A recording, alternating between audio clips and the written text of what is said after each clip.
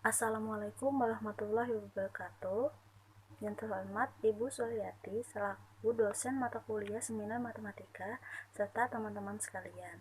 Pada kesempatan kali ini, saya akan mempresentasikan tentang penerapan model pembelajaran berbasis masalah atau problem based learning pada materi sistem persamaan linear dua variabel.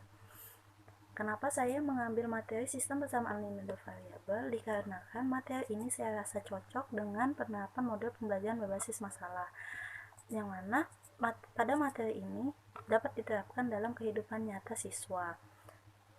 Aktivitas pembelajaran pada umumnya diarahkan untuk menyelesaikan masalah. Artinya, tanpa masalah, maka tidak mungkin ada proses pembelajaran. Fokus pembelajaran ada pada masalah yang dipilih, sehingga peserta didik tidak saja mempelajari konsep-konsep yang berhubungan dengan masalah, tetapi juga metode untuk menyelesaikan masalah tersebut. Model pembelajaran ini tidak mengharapkan peserta didik hanya untuk mendengar, mencatat, kemudian menghafal materi pelajaran, tetapi peserta didik dituntut untuk aktif berpikir, berkomunikasi, dan mengolah data, serta akhirnya menyimpulkan.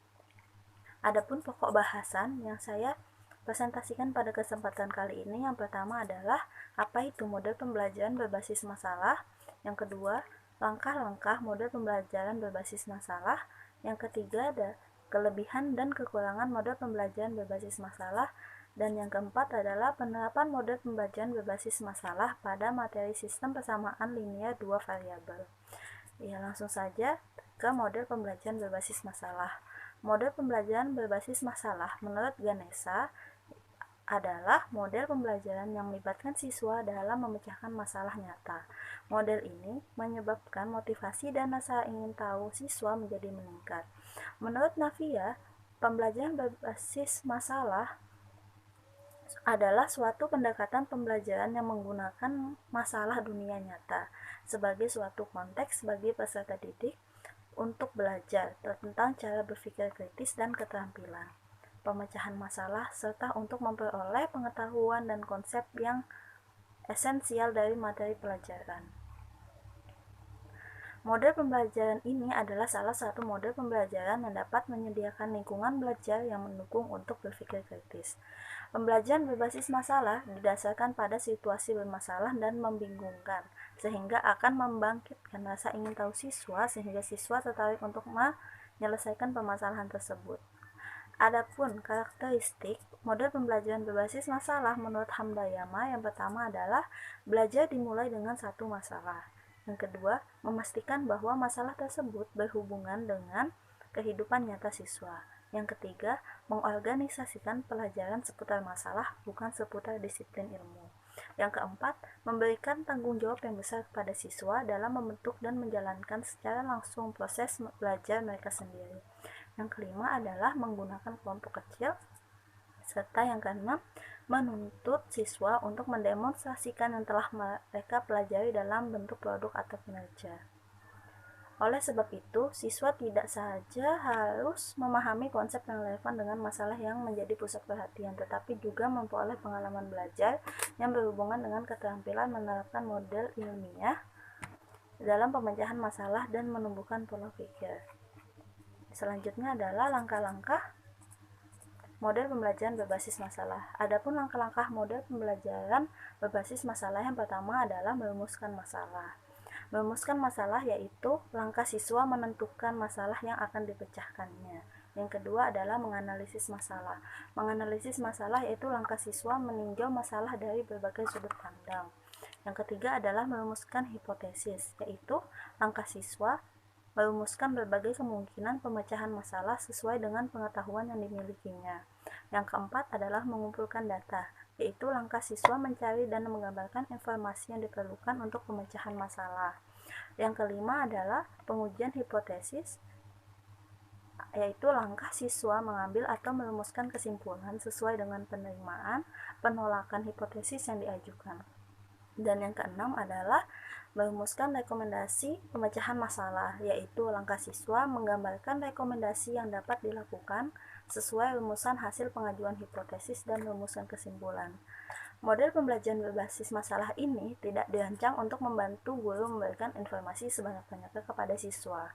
Model ini dikembangkan untuk membantu siswa mengembangkan kemampuan berpikirnya, memecahkan masalah, dan keterampilan intelektual.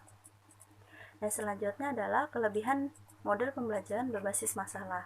Adapun kelebihan dalam model pembelajaran ini adalah satu, meningkatkan kemampuan berpikir kritis siswa, menumbuhkan inisiatif siswa dalam belajar, memotivasi internal untuk belajar, dan dapat mengembangkan hubungan interpersonal dalam bekerja kelompok.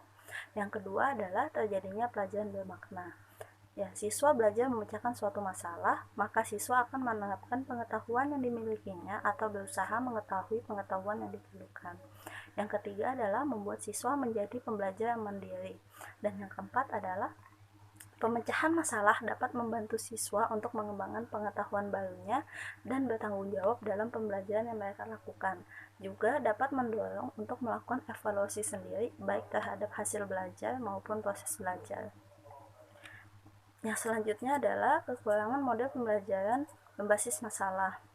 Yang pertama adalah siswa tidak mempunyai kepercayaan bahwa masalah yang dipelajari sulit untuk dipecahkan, maka siswa akan merasa enggan mencoba. Yang kedua, perlu ditunjang oleh buku yang dapat dijadikan pemahaman dalam kegiatan pembelajaran. Jadi di sini bukan hanya penjelasan dari guru saja, tetapi buku juga dapat dijadikan untuk siswa memahami lebih lanjut tentang apa yang dipelajarinya. Dan yang ketiga adalah membutuhkan waktu yang relatif lama.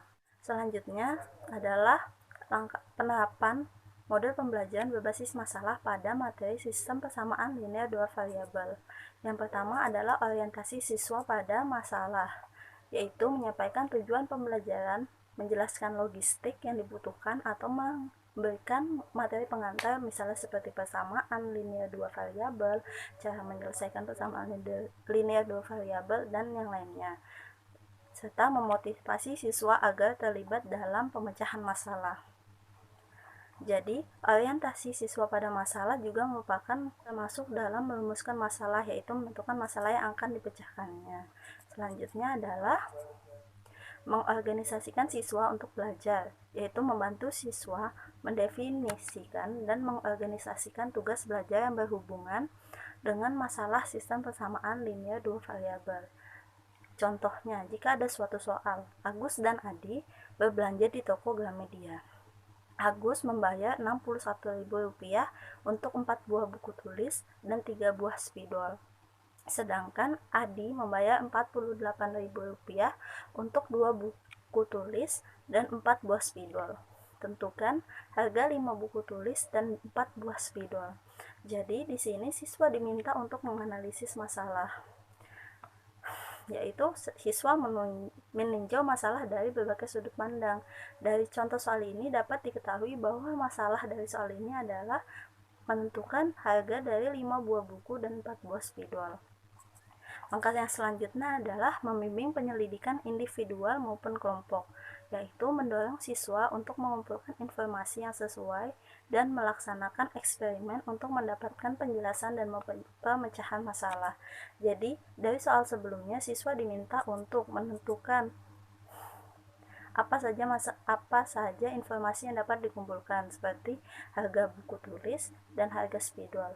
Harga buku tulis dapat dimisalkan sebagai X dan harga spidol dapat dimisalkan sebagai Y, atau sebaliknya. Selanjutnya, siswa juga dapat menentukan model matematikanya dari soal tersebut. Langkah selanjutnya adalah mengembangkan dan menyajikan hasilnya, yaitu membantu siswa merencanakan dan menyiapkan karya yang sesuai dan membantu untuk berbagi tugas dengan temannya. Jadi dari soal yang telah ditunjukkan tadi, siswa akan mengembangkan bagaimana cara menyelesaikan untuk menemukan harga dari sebuah buku dan harga dari sebuah spidol. Selanjutnya adalah menganalisis dan mengevaluasi proses pemecahan masalah. Di sini guru berperan untuk membantu siswa untuk merefleksikan atau evaluasi terhadap penyelidikan dan proses mereka memecahkan masalah sistem persamaan linear dua variabel. Jadi setelah mereka mendapatkan penyelesaian dari suatu masalah tersebut, guru bersama-sama mengevaluasi hasil pengerjaannya. Hasil pengerjaan tidak hanya berpatok pada satu cara, tetapi bisa juga menggunakan cara lain seperti siswa melakukan pemisahan yang berbeda. Buku tulis bisa dimisalkan sebagai Y atau spidol bisa dimisalkan sebagai X. Sekian presentasi dari saya, kurang lebihnya mohon maaf. Wassalamualaikum warahmatullahi wabarakatuh.